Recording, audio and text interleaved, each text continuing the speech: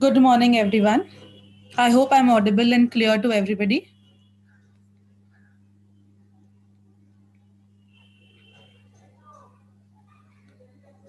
Okay, so we'll start with the career workshop today. So, basically, the agenda of this workshop will be resume writing, the cover letter writing, then how to build up your LinkedIn profile, which is the most important, and a few other profiles on sites like Naukri.com and the others. And then we'll do some of the important questions.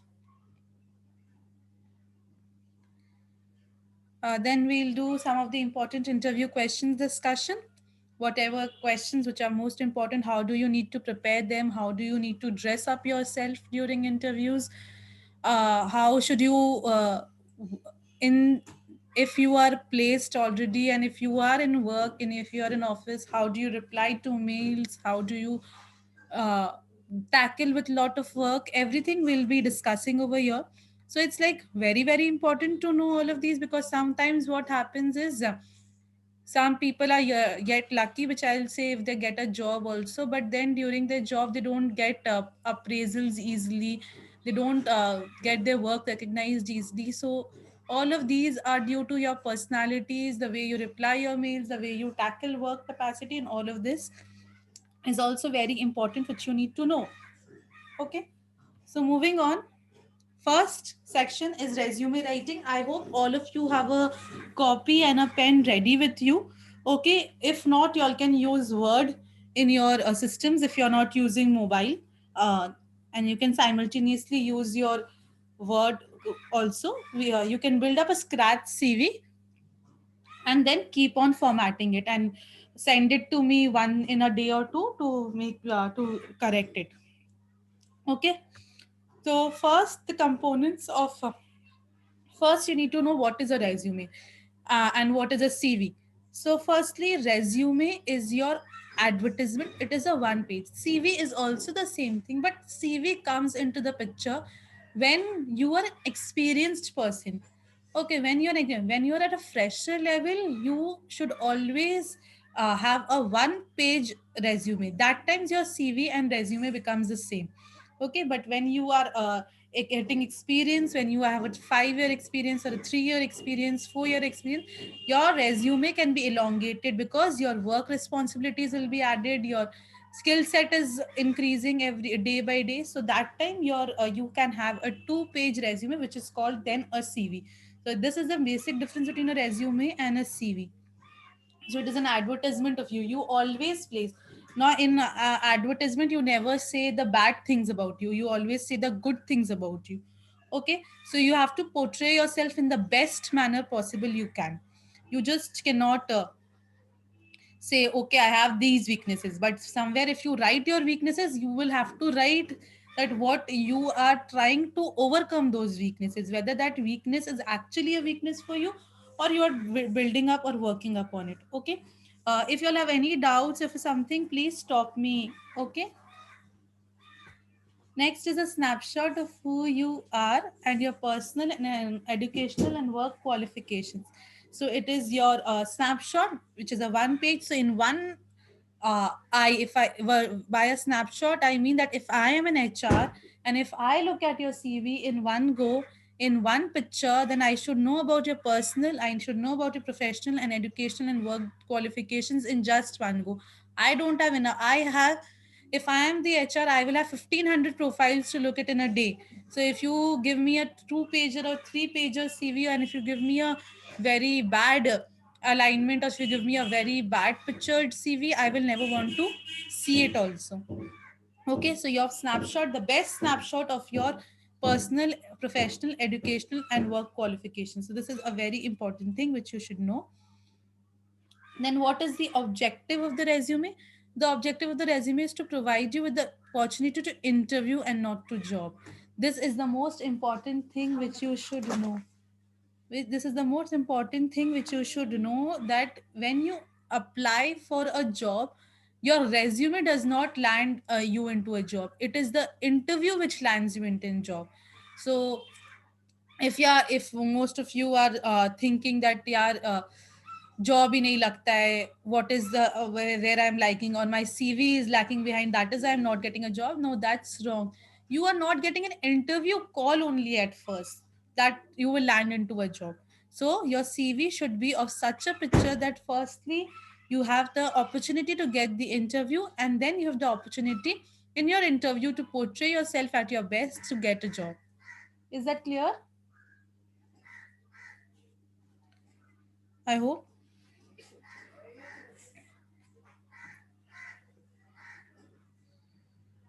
Okay, moving on, the components of the resume, which is very very important. So people lack at this point only. So you lack at where your problem of resume is, most of you in today's days, you do not want to put efforts in making your resume from scratch. What you do, you search in Google resume templates, and then you do in those fancy templates which HRs don't like at all, because those templates are not designed as a work purpose. They are not designed professionally. They are just some colorful sort of things, which actually is not a professional thing. So if you ask me, from my personal experience, I can tell you, from the fanatic students which are placed, each of them has built their resume from scratch under my guidance, or under their college guidance, or somebody who knew it on its own. But they have all, those who have got placed in the first chance and had placed in good companies, most of students here are placed, have all built their resume from scratch instead of using templates from the internet. Okay, so that is very important, that you do not, first thing you should remember, you do not use templates from the internet. Please open, please take a copy and a pen, do your resume, build your resume in scratch in a paper, and then soft it in your word. Okay, and for that you need to know word also very properly. So it's not just that only you need to know from scratch, but you need to know the alignment settings, you need to know the font settings, you need to know the page layout settings in word also very well. So if I see a resume as an HR, and if I see that one bullet point is on the left hand side and the other bullet point is on the in the middle of the page, I will never want to view such a resume which is not aligned at all, because it's giving a pressure onto my eyes. I am an HR who is working day and night to get people, and seeing hundreds and thousands of resumes in a day. So if somebody whose presentation is not properly, I will not even look at the skill sets of the person, and I will throw the resume away. Okay, so it's not just your skills, it's your presentation also which matters a lot. Okay, the first thing of the resume components is heading. So coming to heading, in your heading, the four main components only should be there. Nothing more than these four components, not even your date of birth. Only these four components: name, address, phone number, and email ID. And a valid email ID. Please make sure a valid name, always the biggest font in the entire resume which will be there is your name. The biggest entire of the, because your name highlights your personality. Okay, then comes your address. Now why is address important is, most of people say, seeing the job posting, that it is from Delhi, or people will only take Delhi candidates, people will only take Mumbai people from Kolkata especially, they think that no actuarial candidates will be hired from Kolkata, and so on and so forth. So it's not the case. If you don't provide the address to them, they will not know from which city you are. And then if you get into a job during relocation times, you will face a problem. Because that time, if you say them that I'm from Kolkata and I have to move to the city and I can't move in such a short notice, obviously it is a humanly thing that the HR will get angry, that why was the address not mentioned? Where are you based out of? Okay, so never give the person extra questions to ask you. Keep it short and crisp and keep it to the point. So name, address, phone numbers, again a phone number which is always available, which does not have any network issues, which you can, which can be accessed at any point of time, which you can pick up calls at any points of time. Please do so. This is a very important thing, that a phone number which you have to access at all times can be phone number which you can access at all times must be available with you, so that if an interview call comes, or if an HR calls you, you are always readily available to pick the call. Okay, And the last and the most important component of the entire resume is your email address, because without this we will not be able to communicate with you. Okay, now all those people having email addresses as cute boy, smile to smile, twinkles, and all this, please please please change this to a official email id, a email id which is a proper email id of only numeric and alphabetical, which may contain your name, or which may contain your surname, or which is just an official ID, which does not contain words like shine like a star, glamorous queen, and so on and so forth. Okay, so these types of email addresses do not work in industry. Cool like a boss and something or the other. I have seen lot of students giving me such email addresses. So please, please avoid these email addresses. I know you all must be thinking that what am I saying, but it is a fact. When you apply for the resume with such email IDs, the first thing your resume, the person will not even open your resume and see with such email addresses. Okay. So yeah, now coming to word, when I write this heading, I'll just show you the word. I hope everybody can see my word screen.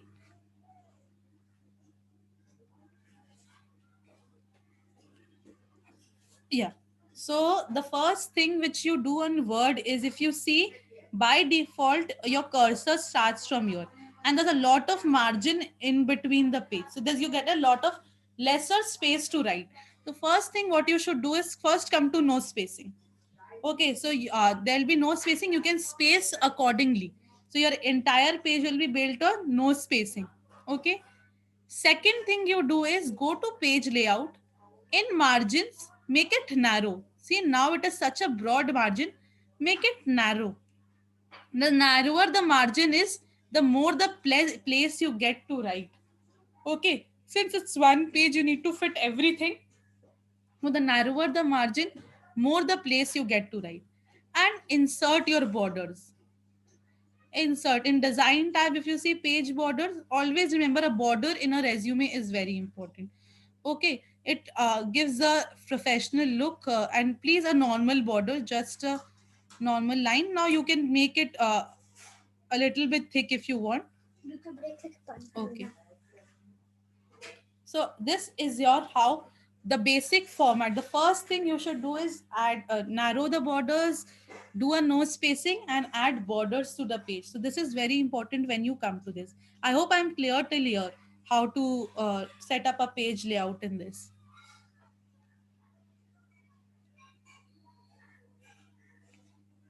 Okay, then comes your name. So coming to my name itself. So if this is my name, I will keep my name as the biggest font. Okay, now this is your rough. I have started, I've given my name as the size of 18. But if I see my things are not getting fit, I will shorten one size and see. Okay, but still, if the next line, suppose now I reduce the size here, in the next line of address, whatever my address is, ABC, second floor, and so on. So if this is my address, if I keep a size of 11 in the entire, I am keeping a size of 16. There's no ratio which you need to maintain, but just remember this will be the largest font in the entire page. Now whatever subheadings you are giving, make sure those are in bold. Whatever subheadings you are giving, make sure they are in bold. It is very important. Person sees address, so he knows that okay, I can find address in this page. If he says phone number, you can find phone number in this page. Okay, another thing which you can do is, for your name, if you want, you can insert a shape. So you can insert a shape of any type if you want. Don't make it too fancy. Colors which you'll be using in resume, which is very important. Now see, my name is already written, but I cannot see is because it is on the top of it. Right click, send to back. uh, so see, send behind text if you see. So yeah, I can do this, but make sure if you are using a box, use a box of the same size in the entire pages. Okay, so now this makes a good looking name which can be highlighted, and then you can have your address and phone number beneath it. Okay, if you want, you can do this as well. Make sure this blue color is also a little lighter and not of this color. So you'll be seeing a format tab over here where you can choose your colors. So lighter the color, the better. But the only colors you'll be using in a resume is blue, black, white. That's it. Or gray. Maximum you can use a gray. But do not use colors like pink, do not use colors like red, green, and so on. Please avoid. The formal colors which you can use is blue, gray, black, and white. Very, very, very important in using all of this. Is that clear?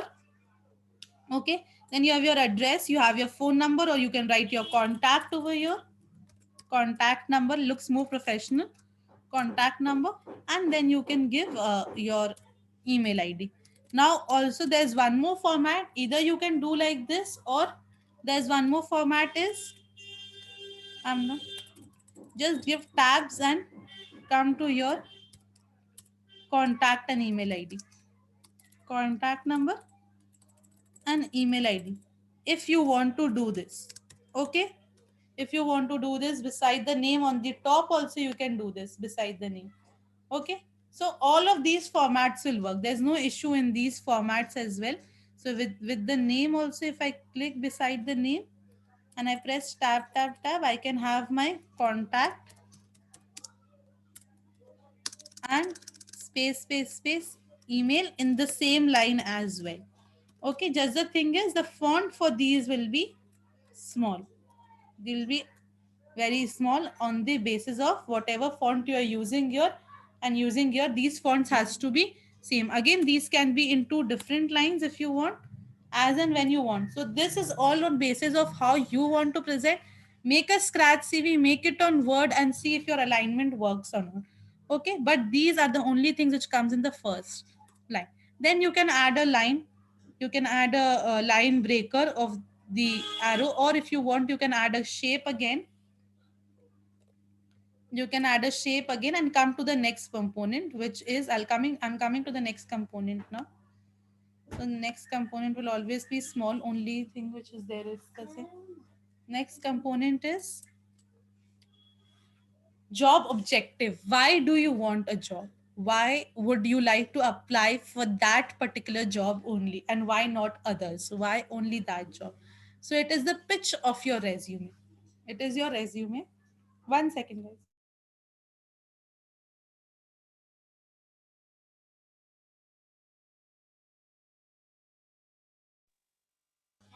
It is the pitch of your resume. So it will tell the hr, or it will tell whoever your hiring manager is, that why do you want this job, why is the job perfect for you, or why should the employer hire you.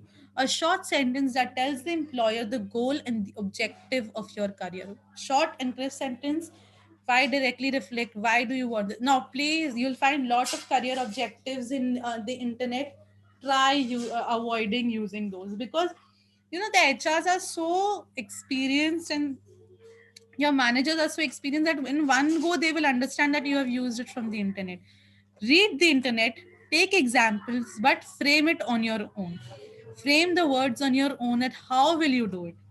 Okay, so working in a competitive environment for the growth of myself and for the growth of the company.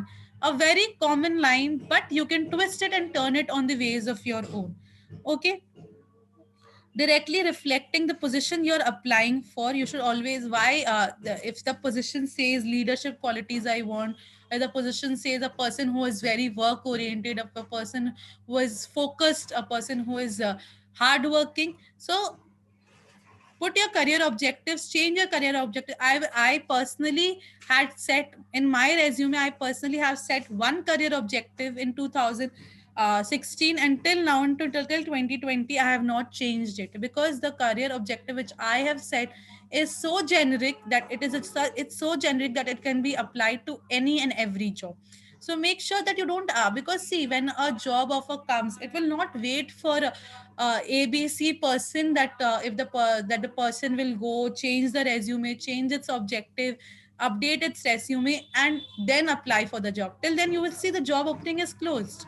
Okay, so it's not So every time you clear a paper, you must update it that day itself in your resume. Every time you have added a work, you have completed a course or a certification course, you must add it in that place in the resume itself.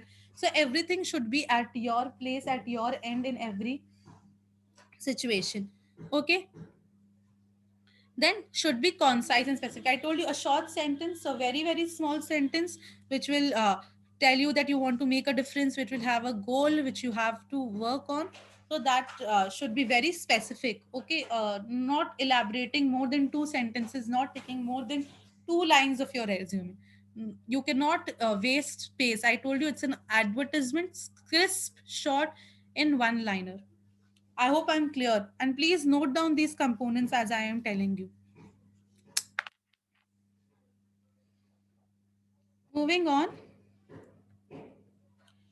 the next part is your work experience. Now you can see there's a layout this type. Then otherwise, if you don't want to add all of these, you can just keep on adding lines. So if you want, you can insert, go to insert, and then shapes, and then you see a line is here. So you can just add a line breakers also you can add. Okay, just make sure that they are straight. So if you want to make it straight, you just press shift so that it will not be a. So if I draw a line like this and press shift, it cannot be anywhere. See, it will not go up also even if I move. So shift will always keep the line straight. So you can have division sections using line as well, and you can then move these lines. See, if I click on those and use the arrow keys, you can shift these lines on the basis of how many distance and how much distance you. So one is using shapes, one is using lines and others, and then you add tables you want and anything and everything. Now always remember, CV is always in a reverse, a resume or a CV is always in a reverse chronological order. So first thing comes your work experience, then comes your professional qualifications, then comes your academic qualification. It not first academic, then your professional, and then work experience. No, always in there. Whatever you are doing right now should always come in first. So if I am an experienced person, if I have experience, my work experience will come first. Okay, in my work experience in reverse chronological order again. So the subcomponents of work experience also come in reverse chronological order. So if I change a company 5 times, if I change my job 5 times, so the most recent company will come on the top, then the last company in which you have worked in, and the second last company, then the third last, and the fourth last. So this way you have to work. Yes, Manan. Even for freshers, also this only chronological or reverse chronological order has to be followed. I am talking about a generic CV. Now, this CV, which is not, this is not only for an actuarial students or a resume. It can be applied for certain things. But yes, when I come to skill sets and everything, I'll be talking more specifically for actuarial people. Okay. So reverse chronological order, required position. Now, if I give my work experience, so currently, how do I write my work experience? Right, I'll show you that also. So first, I write my subheading work experience. Okay, don't give a space here. So this is my work experience. This is my subheading. Then inside my work experience, my work is I'm currently at Fanatics. Okay, my position is what? My position is I am the partner and head of analytics. So this is my company which I am working. This is the position which I am at. And then the date from when I started working. Then the date from when I started. So I started teaching phonetics at October 2018 until present. So this is the place where I have. So this is the way you present your work experience. And then below the work experience, I personally like bullet points because they're crisp. In short, you can mention your this. Now these bullet points, if you see, they're coming in alignment to this indentation. I do not like this. When I am seeing a resume, I want like to see it in a straight line. So what I do adjust list indents. So if I reduce this bullet position to zero point 0.1 and something like this, text indent also. So see this shifts. If you want to shift more, you can shift more. So I don't want a indent. So see, the bullet point has just come below the value. So this also is the one way of writing your, and then you can write what are the responsibilities. So I am teaching the paper B part, which is Excel and R programming,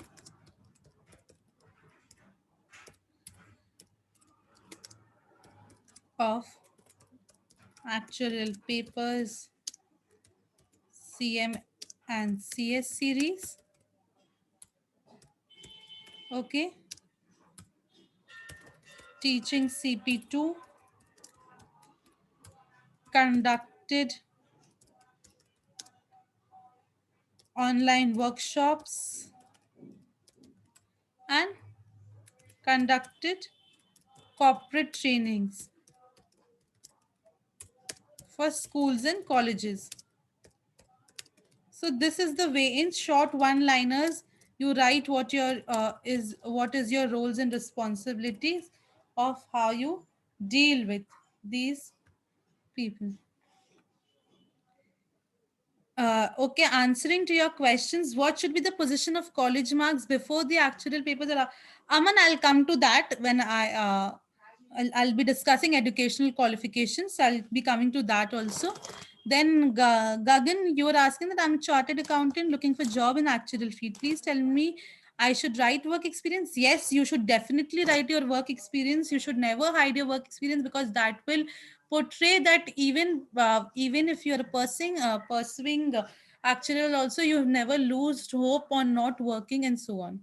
Yes, Gautam, doing that was as well. So teaching CP2 and CB2.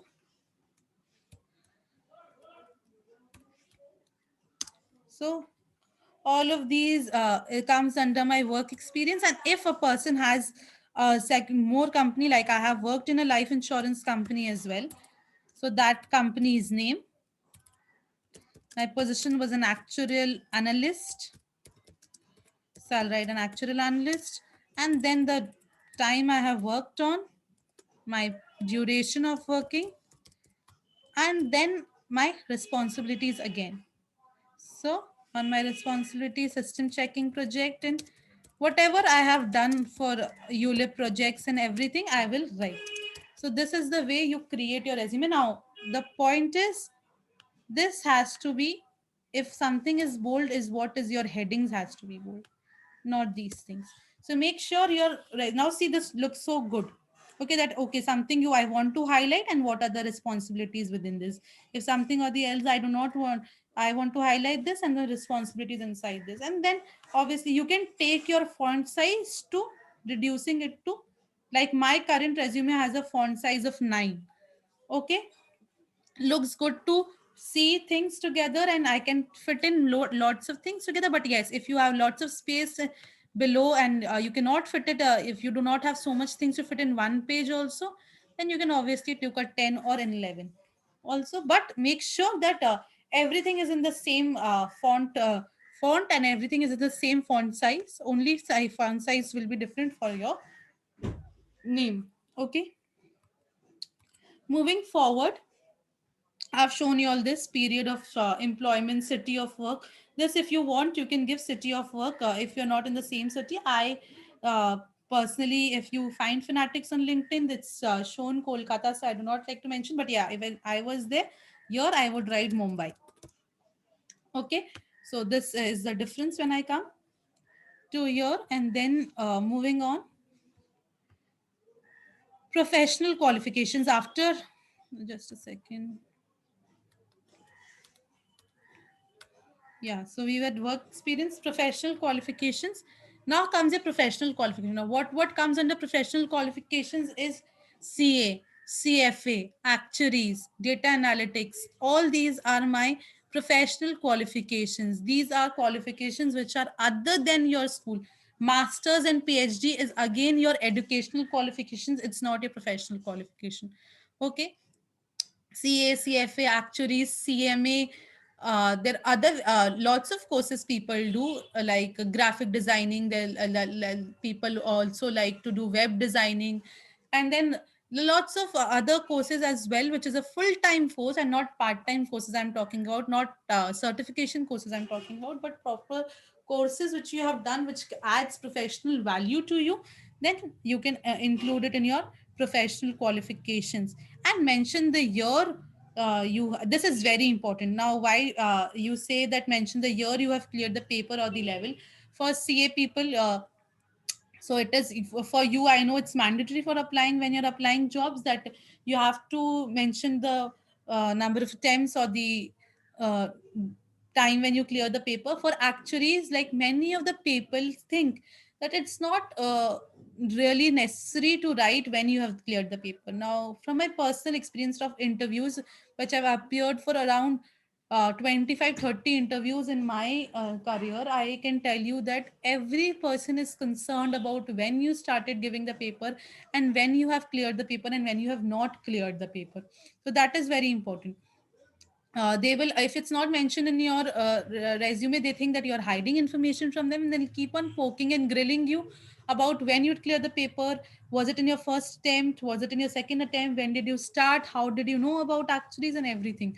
So it is very important that you write your levels and out. Now this is very important, that if you are doing your work experience in this way, then your this heading of when you come down, I'm just coming down, coming, and I'll write the this in the same font. And obviously after work experience, since I've completed a section, I will draw. If you are using lines to separate a section, then please use lines in every section. Okay, so this is very important, that you do not miss out on how you are separating things. So if this is your way, then this is your way, and then you come to your professional qualifications. Okay, so when I come to professional qualifications,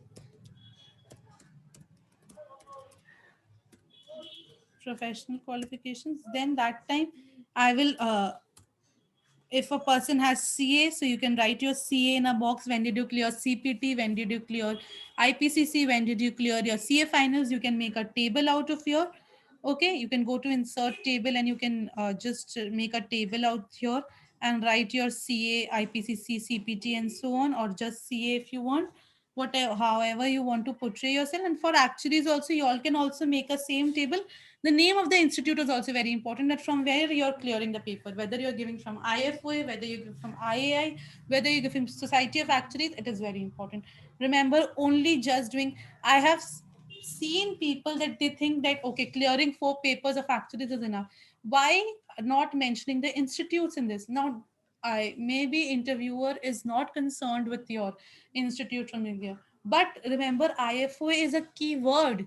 When HRs are searching for a resumes on Naukris or LinkedIn's, they will find IFOA, they will find terms as actuaries, they will find terms as actuarial science, they will find terms as IAI, they'll find terms as SOA.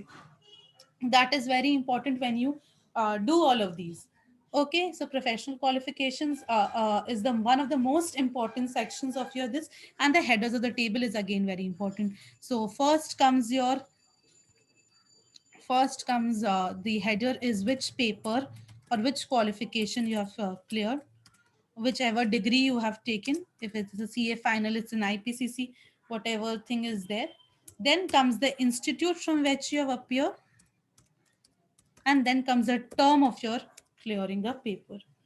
Okay, so this way it's very important that you put these items in a resume. Is very important at how you do this. Okay, moving forward to educational qualifications. Educational qualifications is again a reverse chronological order. Yes, Aman. So you can see your answer question is answered reverse chronological order. It will come inside your educational qualifications, and graduation will be on the topmost field. Okay, and then your class 12, and then your class 10. So these fields are very important, and required is your degree. So for degree in college, you get your BCom or BSc. For class 12 and 10, you write 12 and 10. Then board or university. So for college, you will write your university. For schools, you will write your board. For your school institute, you will write your college name, school, college, school names, and so on. Then comes your aggregate marks or percentage, and then comes the year of passing. Again, a very, very, very, very important criteria, that which year you have passed. Seeing that, they will understand that whether you have taken a drop, whether you have not taken a drop, whether you just continue studying, whether you have had an education break or not, something or the other. Very important. Now, if somebody has post graduation, then post graduation comes on top, then graduation, then class 12, and then class 10. If somebody has PhD or MBA, PhD, masters, graduation, class 10, class 12, and class 10. So this education component will keep on adding on educational only and not in professional level. Okay, Aman, is that answered your question right now? No.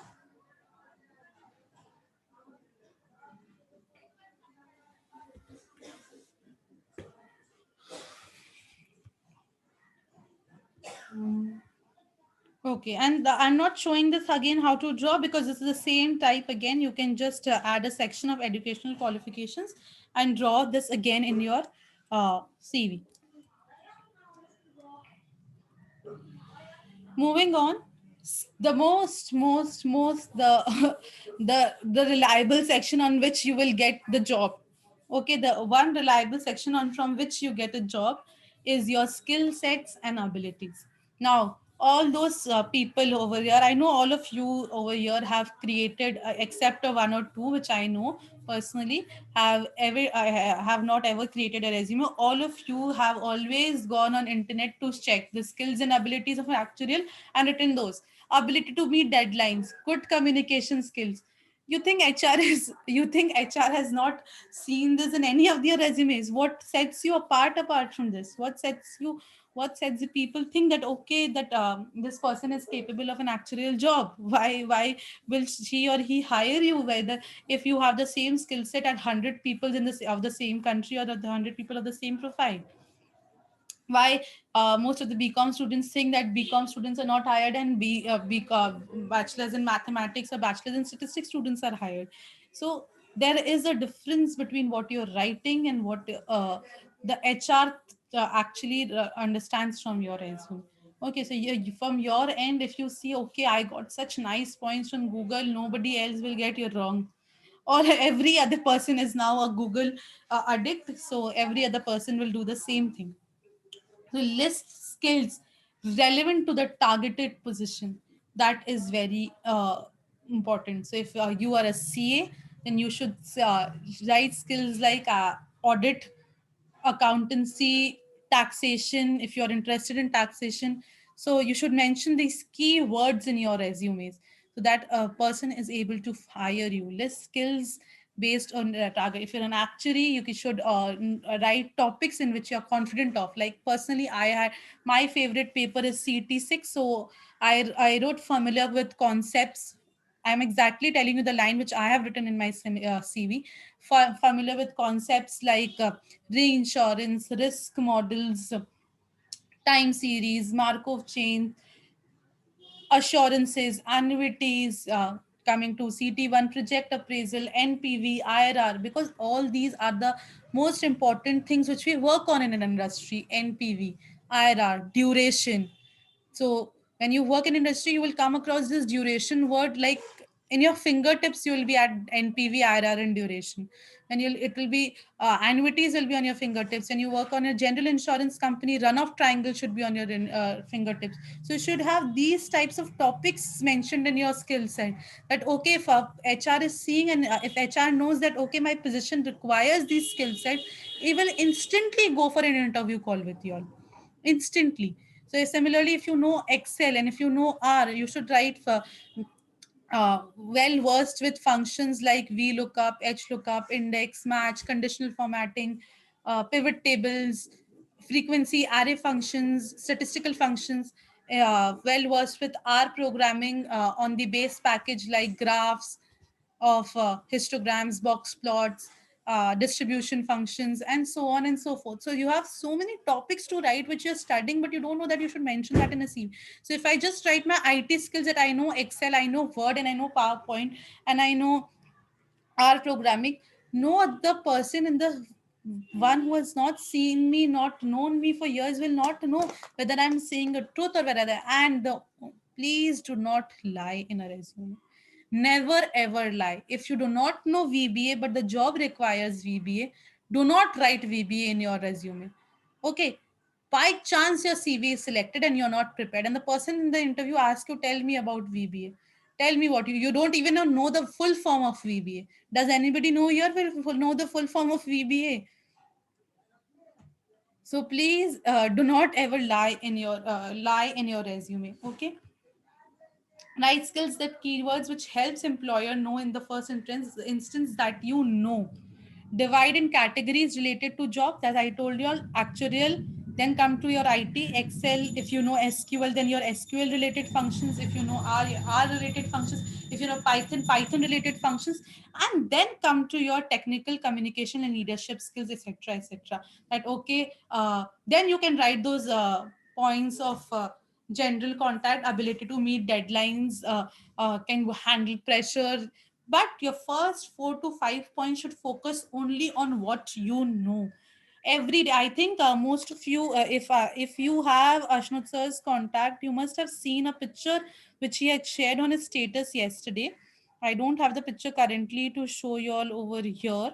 He has shared that in group as well, of our actuarial group, which had said one thing.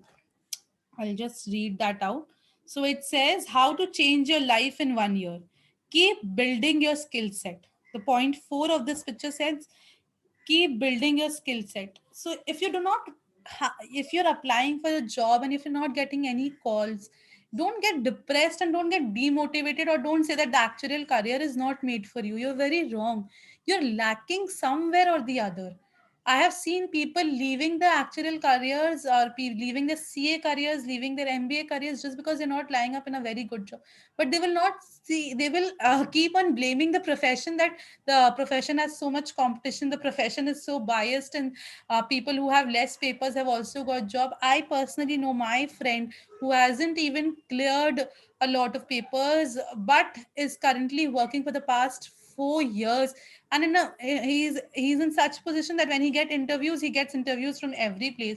He had 5 offer letters at a time when he applied for a new job. That time he had just one paper of actuaries cleared, and that time, I am telling from my personal experience, that at that time I had 5 papers cleared and he had one paper cleared. I was not getting into a job anywhere, and he got a job at the first instance just after graduating, though it was a college placement and I did not get any college placements in my college. But yet he got it even with one paper, and I did not get it even with 5 papers. I'm telling my personal story, which I can share with you. But that in 5 papers, I did not get it. I did not lose hope. I built my skill set. I knew that I had to work on certain things. I knew that I had to work on interview questions. I knew that I had to work on presenting myself. I knew that I had to work on my resume. I knew I had to take feedback from people. I cannot hide things. I can't just, if the HR calls me and tells me that, no, you're not selected, I cannot tell her that, uh, okay, if it's okay, or I do not lose hope seeing those mails. I used to call her and ask her that, can you please give me a feedback on my interview? Was it okay or was it not okay? Can you please tell me that? Where did I lack in it? Some will tell you, some will not tell you. Your work is always to go and ask. Always go and ask. Now, let me tell you, finding a job is not easy, especially when you're a fresher. Especially sometimes it's luck for some people that they apply for the first job and they get it. Sometimes, and I literally, it's a begging. For the first few months, it's a begging procedure. You connect with hundred thousands of contacts on LinkedIn. You connect with thousands of contacts on LinkedIn. You talk to thousands of people. You tell them that if you have they have an opportunity, sure, can they refer it to you? Can they refer you? Can they send you your email? Can they send you their email IDs to you? So all of this is very very important to do. So just can't lay back and have a laid back.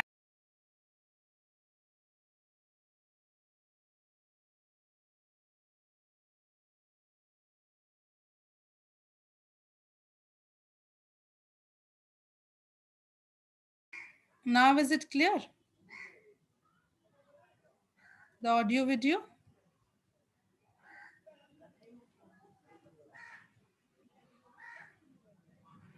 Okay. So you just cannot have a laid back attitude saying that.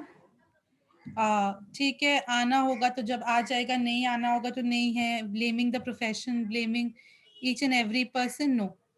No, it's you have to work on yourself a lot. You have to work on yourself and for the company, for your skills, for your personalities, everything. You have to work on your speaking skills, you have to work on your presenting skills, everything. Right? Half of you tell me truly, even 14 people attending here, even if 7 people tell me that they check their mails every day, I will understand that okay, you're checking your mails in every 2 hours. None of you do it, none of you. That even you're checking your mails 2 hours a day, 2 hours every 2 hours. You'll miss interview calls, you miss your I know people recent last month, people who got their aptitude test calls, people got, they just didn't care, they just didn't care to see their emails, and that opportunity closed. They had to reply to the mail within for 24 hours, and they saw it only after 45, 48 hours. So you have to check your mails every 2 hours, every 1 hour if you want. Keep your notifications on of emails and so on. Moving on. After after skills, you're done. Then come two sections: your extracurricular activities, if you have, and the other section which is there is your the section of awards and achievements. That's what I'm coming to. So there's awards and achievement sections, and there's an extracurricular activity sections. In extracurricular activities, you write to those activities where what you've done. Now, please don't write activities done in class 5, class 6, please. They're not counted. Write activities from class 10, class 12, and so on, uh, and so forth. Okay, so from there you start working towards it. So from class 9, 10, what if you have been a school captain, if you've been if you had done so now see, I'll just write it in Word. Please make sections. So there are three sections which can be there after your skills. Okay, so depends on people to people. So one section is positions of responsibility, which I have in my CV. So which I held. I held the school head girl batch. I had the vice president batch of the Interite Club. I had the president batch of the Scouts and Guides Club. I had the president batch of the Guides Club for the LTS Club, and the president club of the JPIC Club of my school, and so and so. All these was my the positions of responsibility which I held. So these what will show, these will portray my leadership skills. That okay, if I was chosen, that I had some skills. That is why I was chosen. Okay, then there are sections. Then there is a section of awards and achievements. So if I tell you about awards and achievements of Ashnod Sir CV. Let me give an example of Ashnod Sir CV. So he has the CT6 All India topper. He was the BSc college topper, entire college topper. He was the first in his school Olympiad, and he had the scholar badge in his school. So all this comes under awards. And if you are if you have any achievements of the sports as well. So if he my own brother, he had this achievement of cricket. He has played in a district level and came first. So that comes in your awards and achievements. Volunteering activities will go in your extracurricular activities. Muskan. Volunteering for social. I have this in my CV as well. So all this will come under social extracurricular activity. Vatsal skill certificates such as Coursera and everything will come under your certificate section. That's what I'm telling you. No, so you have different sections, positions of responsibility, awards and achievements. Then you can have your certificates, certifications. So you can just write certifications and mention the certifications whatever you have. Okay, so now there are a lot of sections which can be broke down. So like position awards, achievements, and then you can have extracurricular activities. So extracurricular activities inside, if somebody wants to put volunteering, sports, and say participations of dance participations where you have not won but you've just participated uh, also, or if you have won also, like people club. So awards and achievements and extracurricular activities can be clubbed into one as well. So you can write those in inside one. All volunteering activities can also be present inside this. So these four sections you can divide it. Now, if you have so much information, you can write your so much information. If you don't have, you can just have these sections as well. Okay, you can just club sections. So these depends on what you all have and what you all don't have. From person to person, this refers. Maybe some of you will never have held any position in your school time. So that time, if you have not held any school if in your school time or in your college time, you will not have any position of responsibility. Okay, so that is not there. Awards and achievements, everybody and every again nobody can have. Extracurricular activities, I have personally participated in these school fests and the college fests and my college reunions in my college freshers in my school or annual fests and so on. So I wrote all of these in my extracurricular activities as well. Okay, so these sections has to be again very short, crisp, one liners, and the way of presenting, I'll show just one. Please make sure you do it that way. But whichever template you are using, whichever work you are doing, please make sure that you have to. It's a very, very good idea, Vatsal, that you should mention your projects, though, but projects will come under a separate section. I would have come to that in the next section of my thing, but then, okay, since you mentioned, it's a very good thing. Then that will come in after your skill set. Okay, so after you write your skills, then you should have your projects and then come to the later sections. So projects are a very good portion to write. Okay, so what if you're telling about NLP, if you've done machine learning, if you've done any college project, but you should know the information. If you have copied the project from somewhere, please do not mention it. Okay, because then person will ask you question and you don't know anything about it. Okay, I'll just show you one how to write your position of responsibility or how to write your this thing. So held the position of school head girl. So this school head girl should be in bold in class, sorry, in class 12. So this is how you write. Whatever your position is, you should highlight that. Okay. Or say participated. I'm just mentioning it here. It can be an edit. Participated in annual fest 2019. If your annual fest had a name, please write that name of or organized by so and so forth. So this again, so and so will be, I just cannot write any name right now. So and so again in bold. Okay. Or maybe if you have won any award from anyone, like a famous personality name award, or in a school, if you had won any award, please write those. If you're a working professional and if you have earned the Employee of the Year award, please write those. Okay, so all of this is very important when you come to your awards, achievements, positions of responsibility, projects, and certifications. Once you're done with all of those and all of these, the last section which we come to is so social needs and everything is there. The last section we come to is personal details. Very sensitive section to write work on.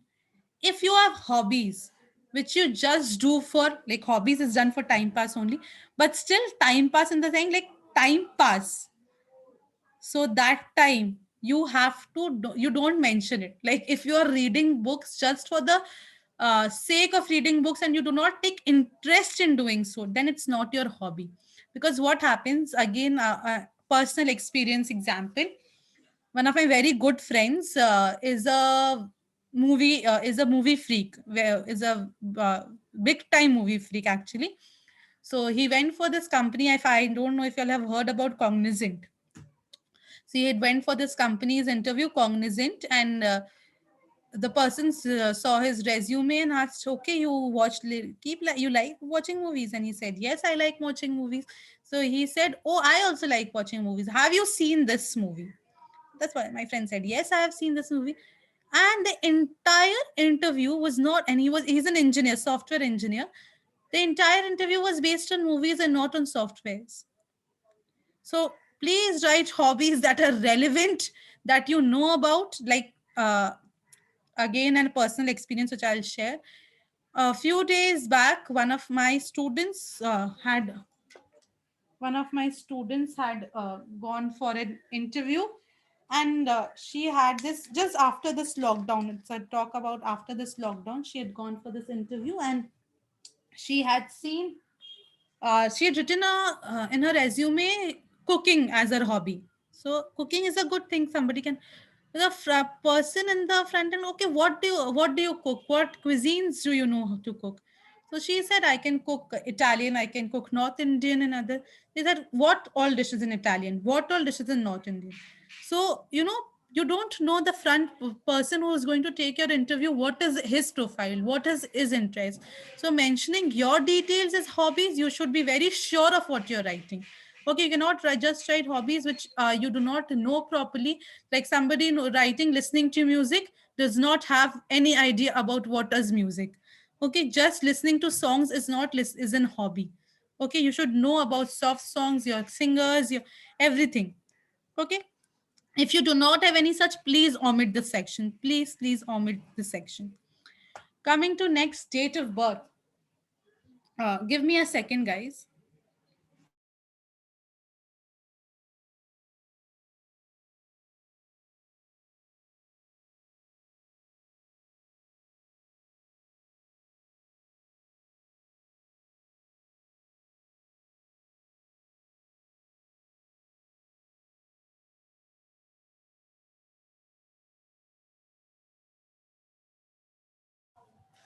So coming to date of birth, again, just your whatever your date of birth is, any format which I prefer writing is this format: 17 Jan and the year. Okay, this is what I prefer writing: 10th Jan, Feb. So three-letter words of your whatever, or you can just write 10th February 2002. Okay, so this is the way you write your, so anything, any of these two formats I prefer doing, or this one will also do, putting an hyphen and doing. But these formats do not work. You just cannot write these formats in your resumes. Okay, don't use these format, preferable these two formats. Okay, again, date of birth is important for your age to be recognized, for knowing what is there. And then languages known: Hindi, English, Bengali, Spanish, French. If anybody of you have studied, again a section, languages known, can again be omitted. But again, a good to go thing, because say if somebody sees in your CV that you know French, and then there's suddenly a French client which has come up to your which has come to the company, and nobody is going to deal, and nobody knows how to deal with the person who does not know English that well. So that times you will be at the limelight of the person, since you know French, or you know German, or you know any other language. Okay, so like again, from my a lot of friends of mine are working in a lot of multinational companies, and from students also I get these feedbacks. So there's this one person in a company, I don't remember the name, but this person is not that good in English, a really old person. Okay, so around 55, 56 years old, who is not that well versed with English, but knows a lot of work. So that doesn't mean that that person cannot work. He can work, obviously. So what happens, we have to deal with talking in Hindi only. Okay, now the company is based out of Kolkata, and Kolkata mein a lot of people are Bengalis. They do not know Hindi also that well. They, whatever Hindi they speak of also is mixed of Bengali and so on. So that is why there's this one person who had joined, who knows Hindi really well, and who can explain that person all the work really well. So he is taken to be like working with him only. And that grows his skill set also, because working with such an experienced person, he also gets to know a lot of work. So doesn't don't think that, oh, if you only know two languages, it will be a shame on your CV or something. No, it, you don't know which picture or which thing comes to your work in future and what. Okay, So these were all your resume components, which is there, which is very important to work on. Make your resume in a paper, make your resume in Word if you want, in a Scratch. Start working on it, start writing your skills. It is very important. I know very well it can fit in one page. See, such a big page is still left even after writing and giving so many spaces. If you keep your font size small, it will work. Okay, just you need to know how you need to write. Okay, giving underline. So if I do not write work experience in this, I can give a underline in, and I can give a colon if I want. So this is the way, it's depending on you. And then I am there, or your friends are there who can, yeah. But from friends, if you listen, there is one student, uh, talk of about October, I am telling, she told me, ma'am, my whatever you suggested in the CV, my friend said no, the CV is not looking good. She told me ऐसा CV नहीं, ऐसा CV बनाओ, ऊपर में ऐसे box box बना के ये color डालो. And she sent me a template, and I just edited that template, and the CV was a party CV. Let me, in short, what I can say, a party CV, all disco colors added in the CV. Other one sent me a Canva template with a green pink color something there, and saying that ma'am, I've created this CV. Okay, so no, please use only four colors which I have told you: black, white, blue, and gray. Okay, nothing else other than that. Give up resume, give tables, have your perfect font of Calibri. If you don't like Calibri, if you want it Arial or Times New Roman, again, only these three fonts you will do. Never use Comic Sans. Okay, never ever use Comic Sans. How to make the CV more attractive? Aman, your CV has to be attractive based on your skills. Okay, you cannot have a CV based on attractive based on your CV has to be attractive on your alignments. You have to base all these has to be. Now let me, since you've asked me this question, let me show a resume to you.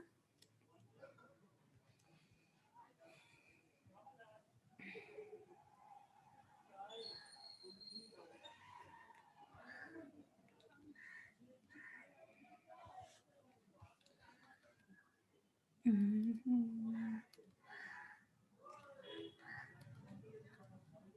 So see, this is one of my friend's resume who has been working. So he's been working. That is why his resume is of 2 years. So this resume is not attractive. Okay, only gray, black, and so colors. But yes, you can see how well the alignments are, how well roles and responsibilities are, and he's been working for a lot of time. 2017, he has been working till 2029, since working till yet now. Okay, and he's cleared papers and so on. He has a summary of skills, he has his achievements awards, he has his extracurricular activities, and last is the personal detail. This declaration is not necessary. He had sent me to his CV to review only. So I told him to review this declaration, to do not provide declaration. So you will not provide references and declarations until asked for you separately to do so. Bookman Old as a font work. So I haven't used that Muskan Bookman Old ever. No, no, no. Don't use this style. Not at all a good style. A very broad style take a lot of page space. Okay. So all of these, I can show you all. I have created hundreds and thousands of resume for the past, hundreds of resumes for sure, for the past 2 years, for so many students, helping them to get their jobs, and they have been really thankful to me in helping me to create their resumes, because of which they got their calls of interviews, which one they were not getting in, which they were not getting as of their resumes. Okay, so these are there. Moving on to now, this ends our resume. Okay, now components, now points which you should not do. Some don't, which I was telling you all, don't write references available on request. So I told you all, references cannot be available on request. References, do not write references until and unless asked. If you have any reference, please mention it in your mail body, not in your resume. Do not use personal pronouns like I, me, and my resume. You write about yourself in third word. Yes, if you're starting as a work experience, if you're starting as a fresher, you should entirely omit the work experience section. Okay. Don't include details like father's name, occupation, your height, weight, reasons for leaving previous job, and so on. So no, please. I've seen people having their father's name and everything. If you're hired for a company, they will obviously ask for your family details and emergency contacts at that point of time. Before that, they are just concerned about you and not your family. Do not lie in the resume, which I told you all. Do not ever lie in a resume. Never ever lie in the resume. Okay. Resume layout and one appearance, I told you all, has to be of one page. Font size should not be greater than 12 of the entire body. Be consistent with the layout, underlying, capitalizing, and alignment, which I told you all. I was keeping on showing you all simultaneously. Use bullets instead of paragraphs, I told you all, and spell and grammar check.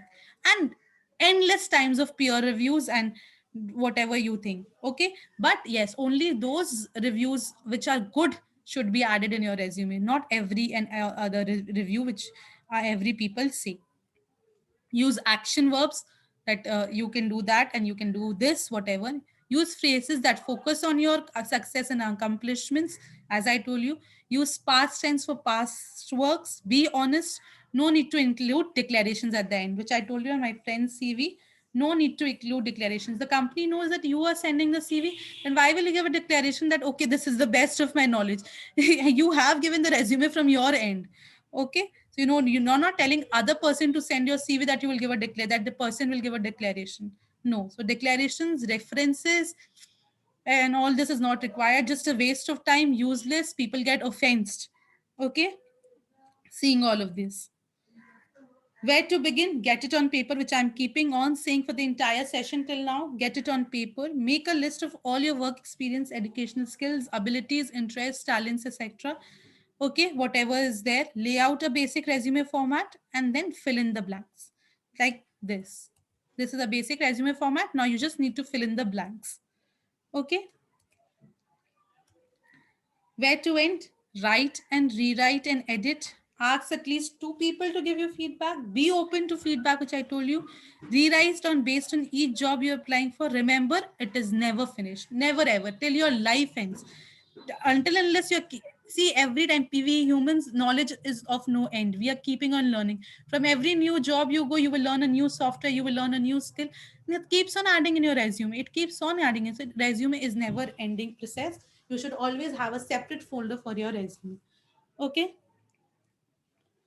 I hope I'm clear with resume. Then only I'll move with cover letter.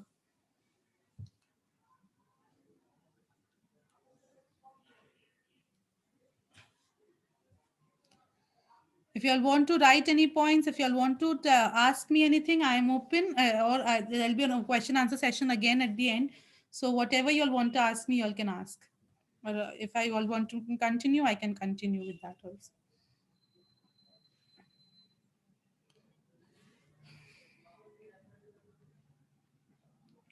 Where do we write for internships? Again, it is a work experience, Muskan. So it will come inside work experience. If you do not want to write work experience, you can, instead of writing work experience, you can write internships as your heading. No, Gautam, I will not be sharing this PPT. This is a copyright of Fanatics, so we'll not be sharing this.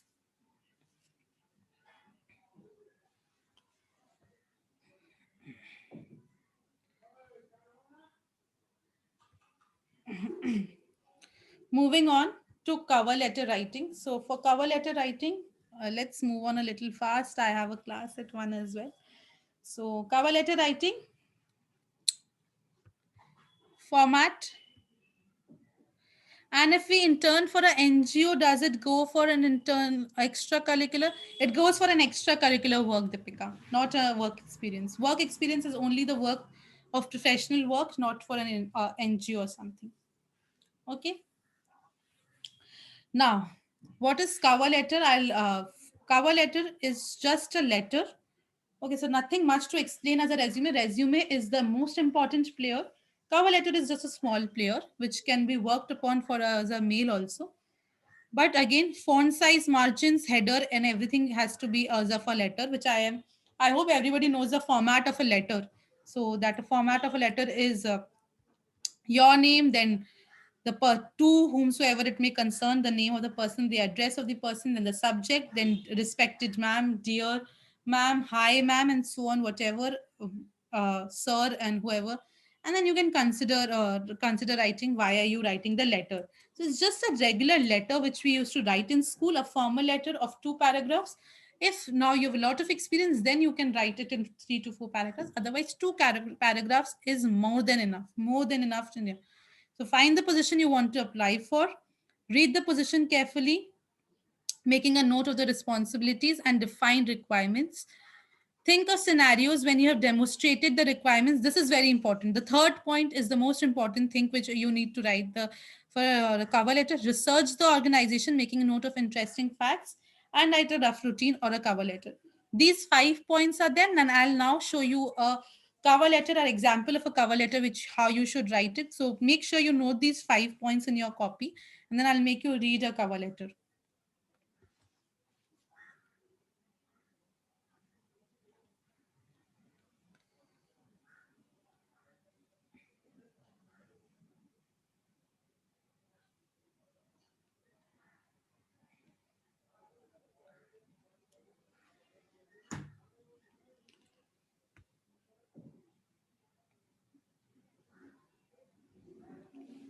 Done. Should I move forward?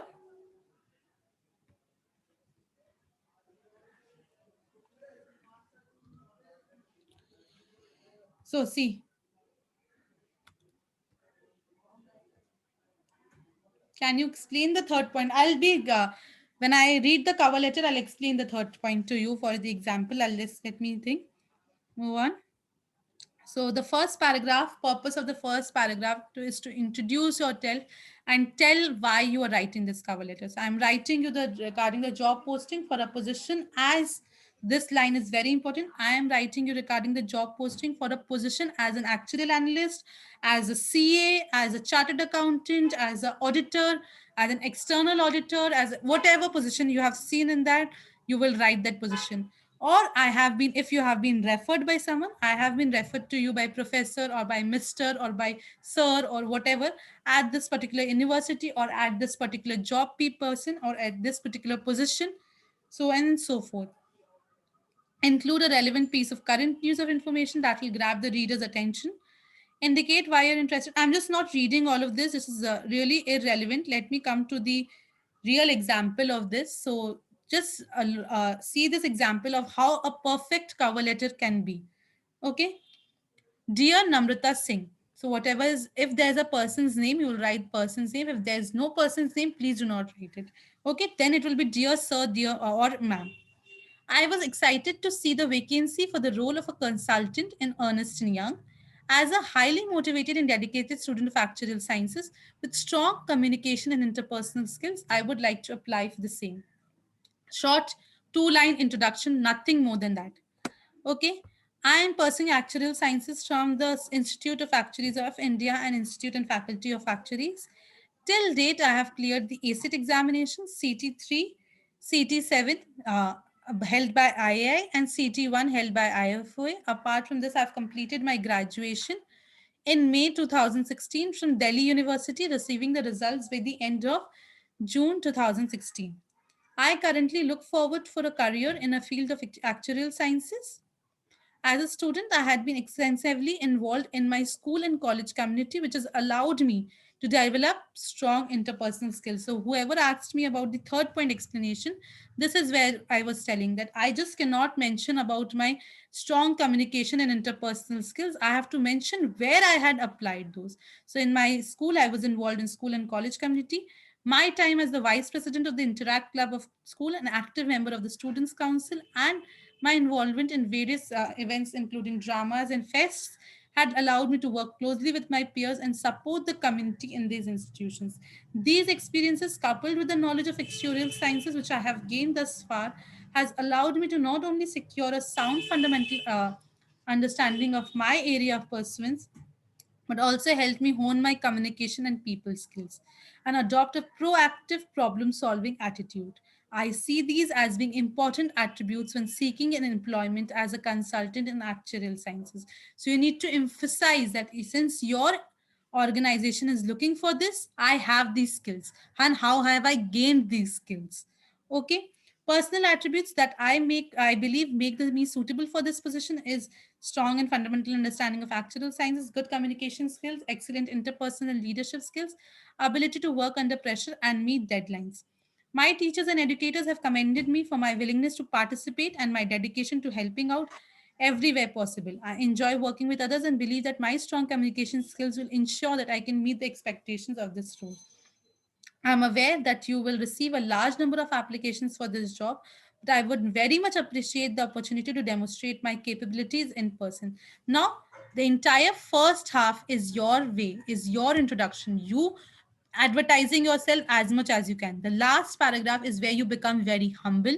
You say that, okay, since you have lot, but thank you that you are reading my cover letter by taking it time for this. I believe that I have a lot to offer to the reputed organization, that is ENY, and I am keen to develop my professional skills and look forward to discussing my application at an interview. I've attached a copy of my resume for consideration. Again, this line is a mandatory, that with the cover letter, you have given your resume.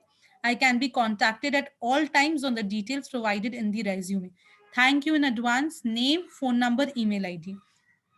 So this is how you write a cover letter, a very, very important position. Companies like Swiss Re, companies like WNS, they will always require cover letter.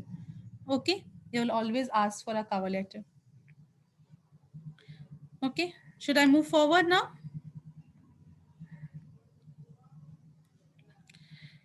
Final recommendation: write your cover letter as a personal essay. Be personable. Tell stories about yourself, your experiences. Be sure to reflect your enthusiasm. As I told you, I have covered everything in that one. That was a perfect example of a cover letter which I could have given you. Okay. Focus your letter on what you can do for them and what they can do for you. Get several reviews from others to ensure that it's professional and get a reflection of you. So this was all about your resume and your cover letter. Moving forward to this is your, if you'll have any questions, you can ask. Otherwise, then I'll move forward to the interview questions, which can be asked.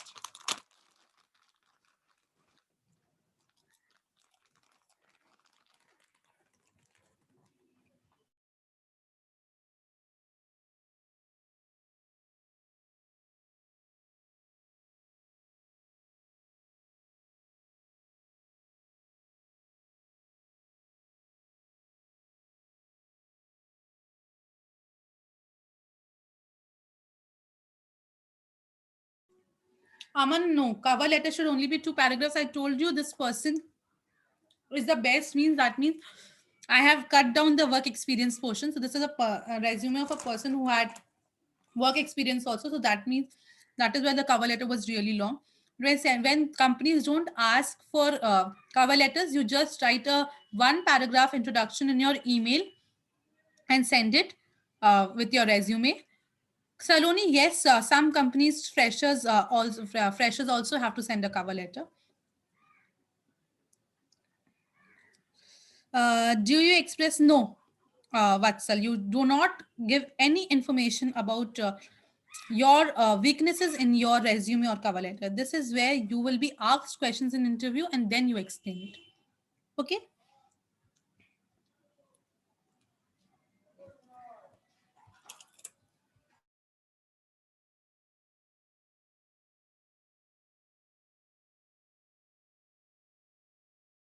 Questions.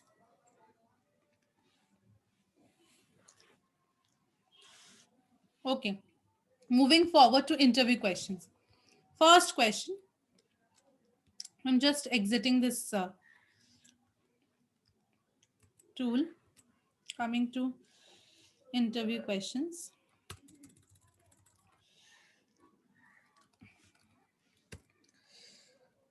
So I've not penned it down somewhere, but I have it on the tips of my hands, so I can say. So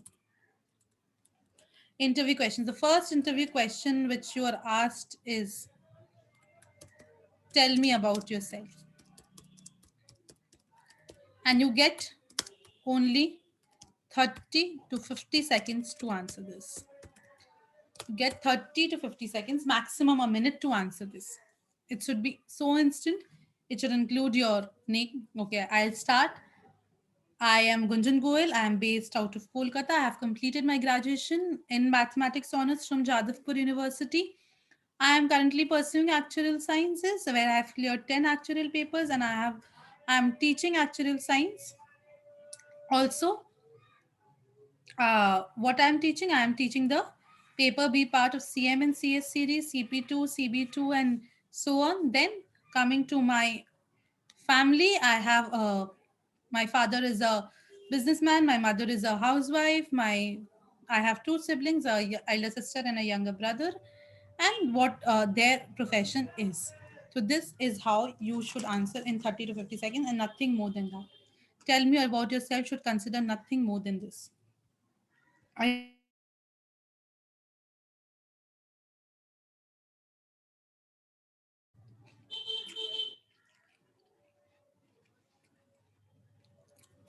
Next, where do you see yourself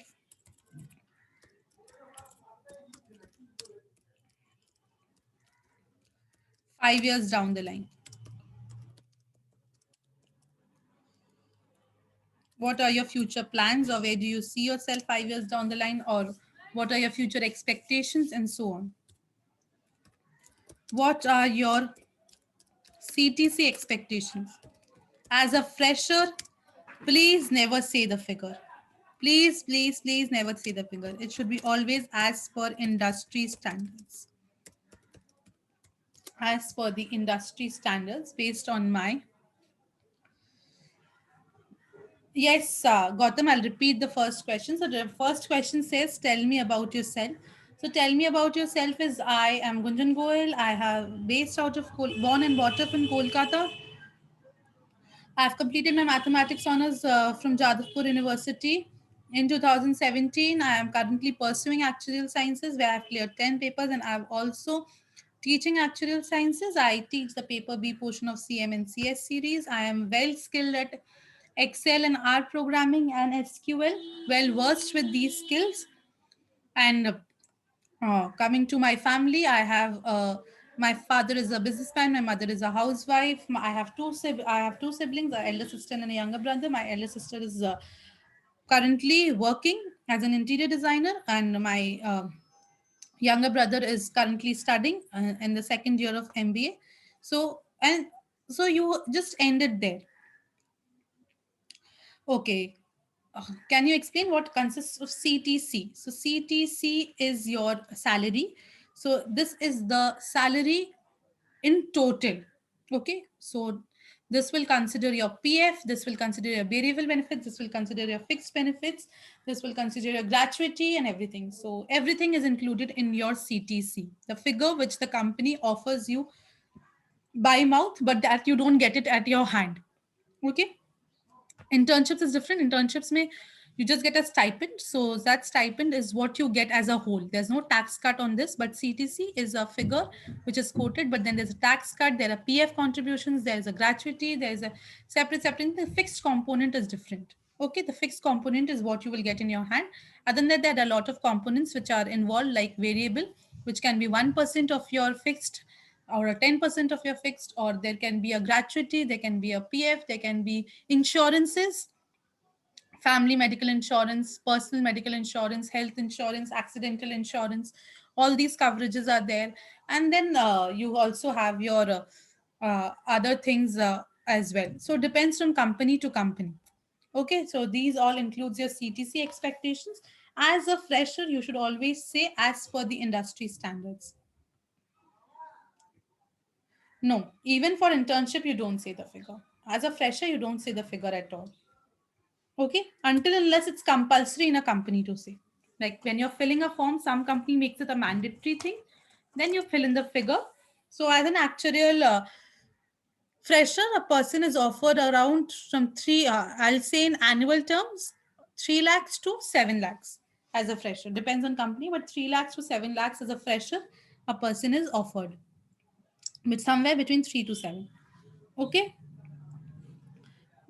Then moving on, these are your general basic questions which are there. Then one more general basic question: what are your strengths and what are your weaknesses? Not much an actual thing. It's more of an MBA thing. Okay. Not much actual interview asks these. What are your strengths and weaknesses? But still, if you go for big fours and everything, then they ask you. Sorry, Saloni, for an interview, the range should be greater than. See, Saloni, I will not say anything as sort of, because some companies just offer a range, just offer a 10K, some even offer 7,000 only per month, some offer 10,000 per month, some offer 15,000 per month. So internships, you can't just quote any figure. Okay, it depends on company to company. Okay, so there's no range in internships. Strengths and weaknesses, again, as I told you, if you say that your weakness is that you are too emotional, then what you are doing to cover up this, or how is it making it your weakness, or how you're making your weakness your strength? Say if somebody says my weakness is that I take a lot of I take up a lot of work and then I cannot handle it. So person will think that, okay, she'll if I give her a lot of work and she'll not be able to handle it, then why will I give her work, why will I keep her in the company? Then you should say, no, my I can I then what I'm working to do is I try to tell my boss, or try to tell my peers that I'm already at my capacity. Can you please ask someone else in the team who is not at its capacity, who has more capacity to take in work? Can they take in? Or if it's your boss who is asking you to do this, can you please ask him that how to reprioritize the task, that which one to do first and which one to do last? So this is how you cover your strengths and your weakness. This is how you cover your weaknesses on answering the interviews, which is very, very important. Again, there'll be a lot of places in the internet where you will find a lot of answers. Just read them, don't learn them up. Take examples from them, but don't learn them up. Okay. Then you have sessions like uh, not much of HR questions is asked to an actual person, but yes, then there are group discussions which are there. So group discussions, very, very important place where people judge you is if you start a GD, you should always remember, you should always start a group discussion or you should end the group discussion. That makes a very good impact, that the person has the initiative to start and the person has the right or the control or the ability to come to a concrete conclusion if you end.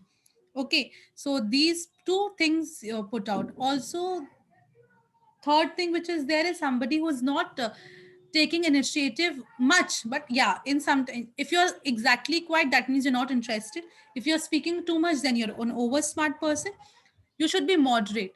You are telling people, you are listening from them. Listening is very important, as well as some.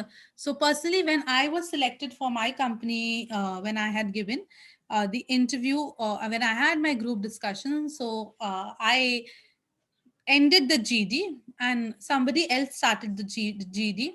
I ended it, but also in between, I did not have much inputs to give on. But when I had inputs, I had say, I had said also, and then I was keeping on noting down the points which other people's have to say.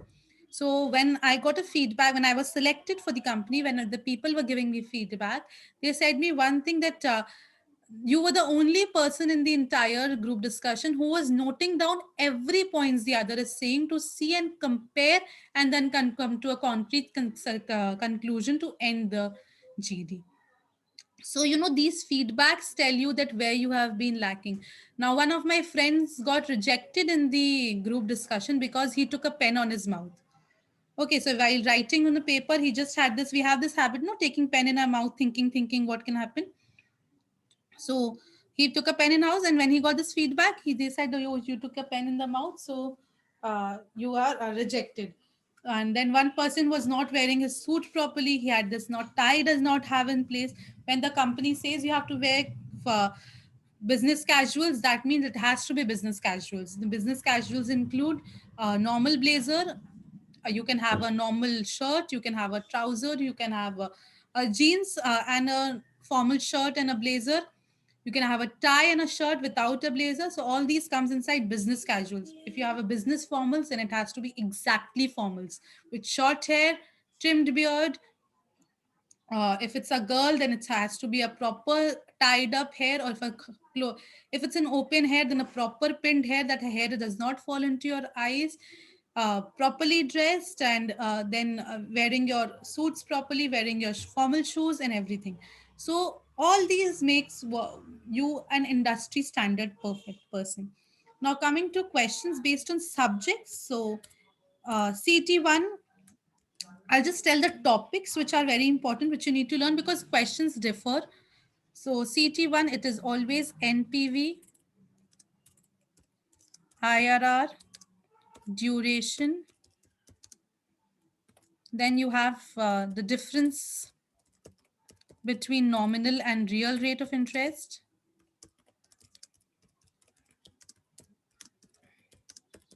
Rates of interest. Then you have your definition of bonds. Reddington's theory of immunization, very, very important.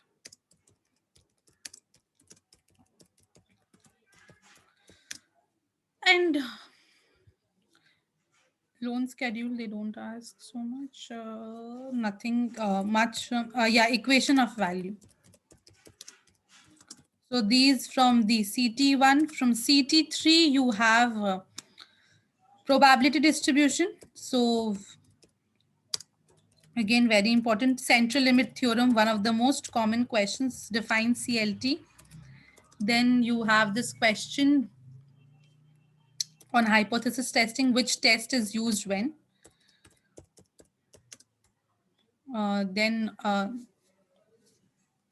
on the other chapters, estimation, data analysis, or in CS1, if you now have this Bayesian estimator, okay, Bayesian estimation from CS1. Coming to CT4 or CS2, whatever you've studied,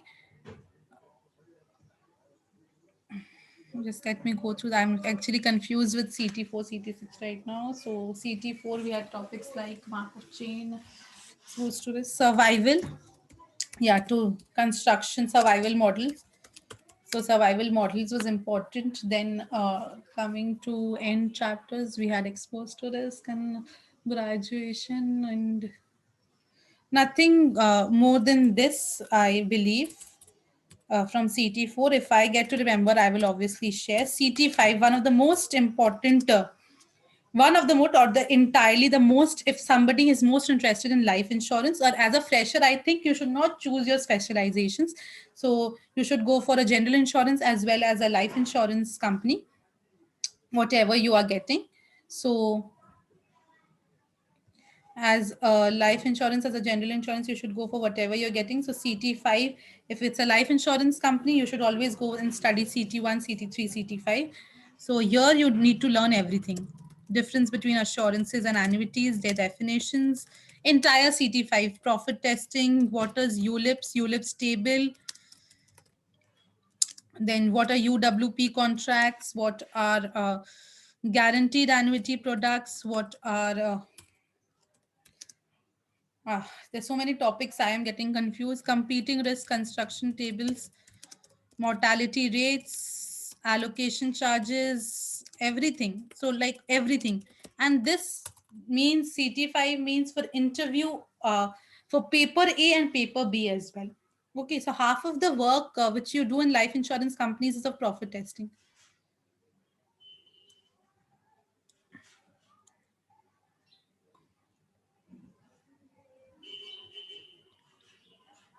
Muskan, I'll come to this on at a personal level to you and at my WhatsApp, okay, for this PWC role. Okay, so just let me complete this session of your competing risks. allocation charges and every, like CM1 entirely, I will say entire CM1 entirely. Coming to CT6 for general insurance companies, very very important. Reinsurance, risk models, run of triangles. If people have done it in CM2, then run of triangles in CM2 is now right now. These three chapters like very important. If you're applying just for the role of analyst, and suppose you're lacking as the role of an actuarial analyst, you're not getting it somewhere some point, but you need to get a job or something, then please, time series is one of the jobs which an analyst, statistical analyst will get. Forecasting in time series, very important. Okay, so this was there. Coming to CT8, so from CT8, derivatives definition, Black-Scholes, working of binomial model. So these three are very important. So these are paper specific concepts which I have been, and for CT7 also certain topics are there, but not required. I will not say that your CT7 is required for you to learn, but yes, CT1, 3, 4, 5, 6, the most important papers which you should learn. 8 will depend on the role. The CT8 depends on the role for which, if you're applying for a financial role, if you're applying for a financial advisory, then you should always go for or go on for the CT8 subject learning. Okay. Like one of the students had this PwC interview only, but it was a core PwC interview. So there they had this, for instance, PwCs or auditing companies, they will ask about CTA. So they asked a student about the CT8 subject. CT2 again, Gagan, same thing. If you're applying for a financial company, auditing company, then you should know about CT2. Otherwise, not required. Okay, not required and much.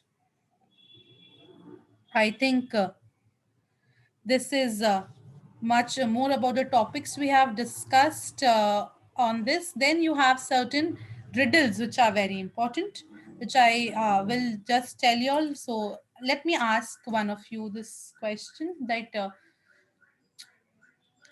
what is the probability that I will get a 6? Suppose I have two dices. I have two dices, fair dice.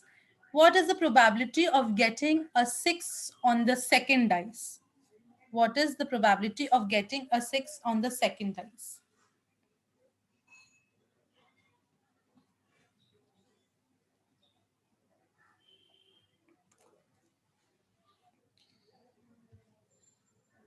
Exactly, it's 1 by 6.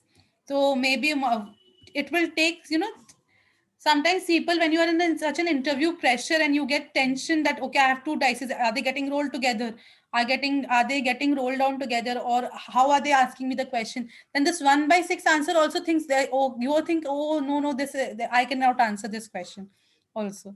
Okay, so this is there. Then the other most of you must be knowing this socks question, I think. So if there are 20 socks in a drawer, so 10 socks of black color and 10 socks of, say, red color, and the light of a room is switched off, the room is completely dark, what is the minimum number of socks that you need to pick out from the door to make it a pair?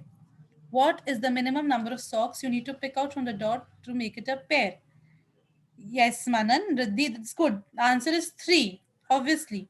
Because if I take out 3 socks, if there can be 3 cases, either 2 will be of black color, 1 will be of red color. So I get a pair. If 2 will be of red color, 1 will be of black color, I get a pair. Or 3 of the same color, and then also I get a pair. Okay. So this is one question. You have to explain, okay? And there's one famous question which is there, is of 25 horses. I think everybody must have, at least fanatic students must have heard this question. Ask me or Ashnut sir must have asked this question to each one of you, that what is if you have this 25 horses and I give you and you have to rank the horse, and you have only a racetrack where at a time only 5 horses can run.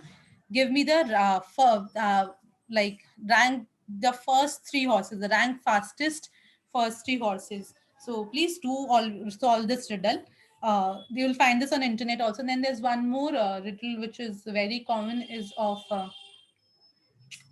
envelopes. So if I have letters, if I have four letters and if I have four envelopes, and you are blindfolded, uh, like four letters and envelopes which are named of the same person, and you're blindfolded, what is the probability of getting at least two letters in the right envelope, or getting at least two letters in the wrong envelope? Okay, so these type of, again, lots of riddle questions are asked. Then there's one more. Then there are psychometric questions like data interpretation. So all of you who are applying for job, or who will start applying for job in the next 6 months, keep on practicing data interpretation at your home. Get your MBA books from students, from your friends, or online. There are a lot of data interpretation exercises. One of the best books which I can suggest is Arun Sharma. He's the best out of all these. So you'll get the PDF, Arun Sharma, or I have the PDF in my phone as well of Arun Sharma. From torrent you can download. So Arun Sharma is there. Practice data interpretation. Try to solve one question in 1 minute, or for 30 seconds or so on. Logical reasoning, you should practice. PwC, EY, logical reasonings are there. Lot of very, very important. Then there are questions like, which I can tell is, sorry, pattern making, which I was talking. Then there are questions like report writing. So they've given you three cases, and you have to find the best case out of it, and then to write a report, and what all the three cases say, and why have you chosen your answer only, and in particular words only. So if somebody from here, I don't know if anybody from here has given CP2. CP2 is about this: writing reports, writing answers to clients. Okay, so all of this is very important again. Okay. Yeah, am I clear with interview questions right now with everybody? How questions are asked now? Now, see, I'm not discussing company specific, but each company will ask different questions on its own. Okay.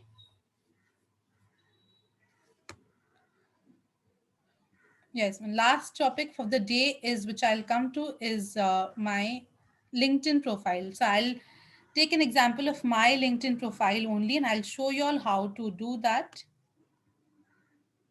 So coming to LinkedIn.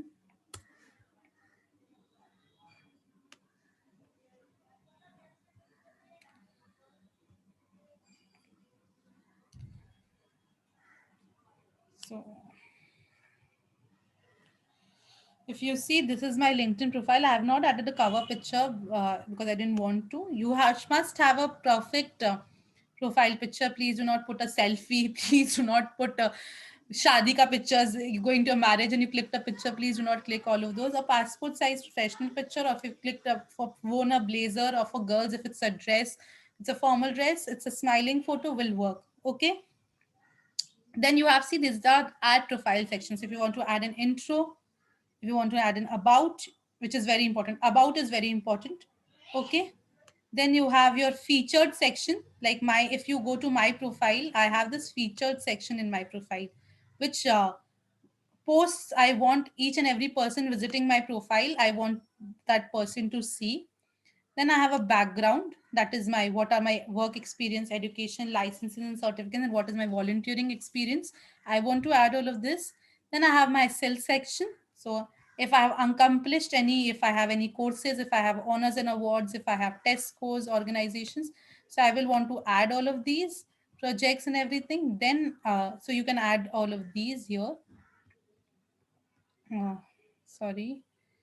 And then you have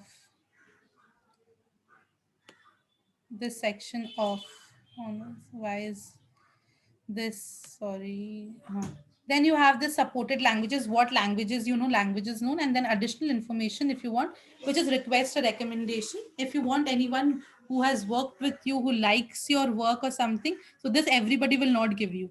Okay, so if anybody who likes your work or something, then only this person will give you recommendation. So you can see my about, it's sort of my cover letter only.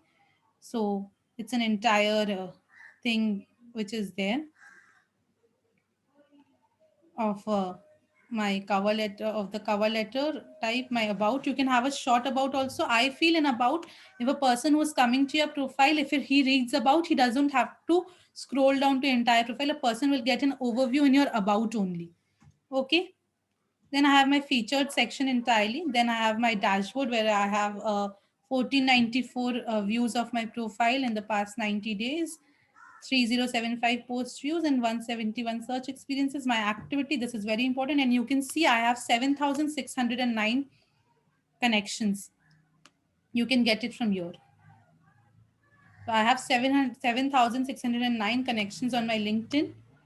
Then I have my experience, then I have my education. So you can see my experience section as well and my education section as well.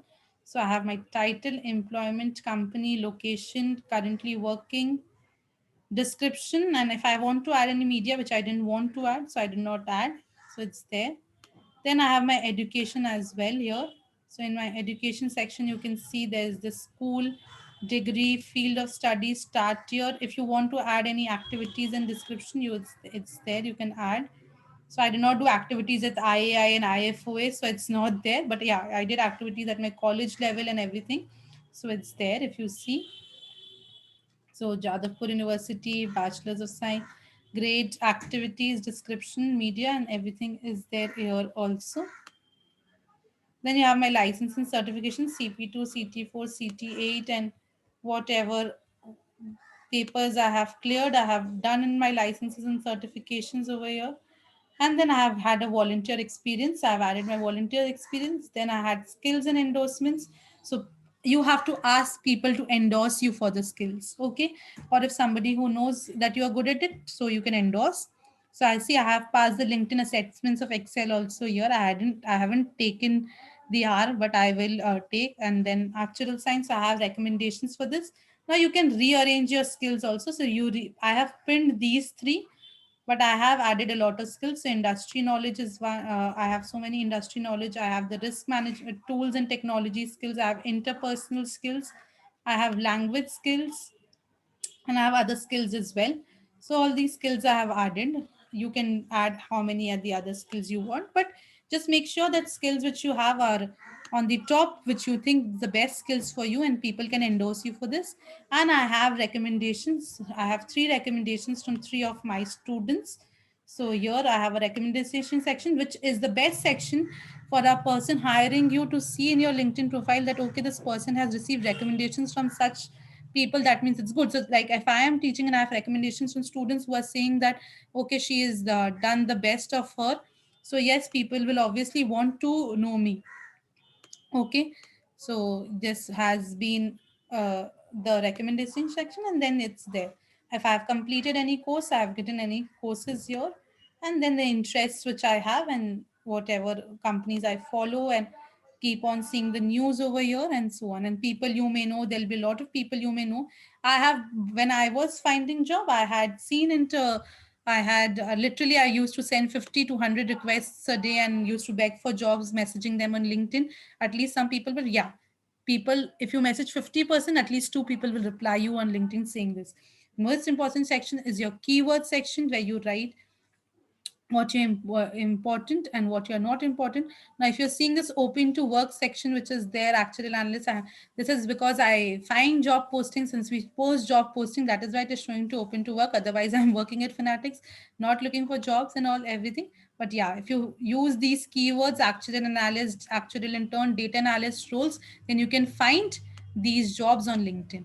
So where you'll be able to see jobs. Okay, and there's only HRs can see that I'm open to work. Otherwise nobody else can see. This is since I'm showing my personal profile to you all, that is why you can see everything on my profile. Okay, and the most important section which I forgot to discuss with you is your this section, this the header, the one liner description of what you are, what you are doing, how many papers you've cleared, and so on and so forth. Okay, I hope this is clear. LinkedIn profile is clear to everybody. And the same way you create a Naukri profile as well. Whatever information is on LinkedIn, you can same way follow a Naukri profile also.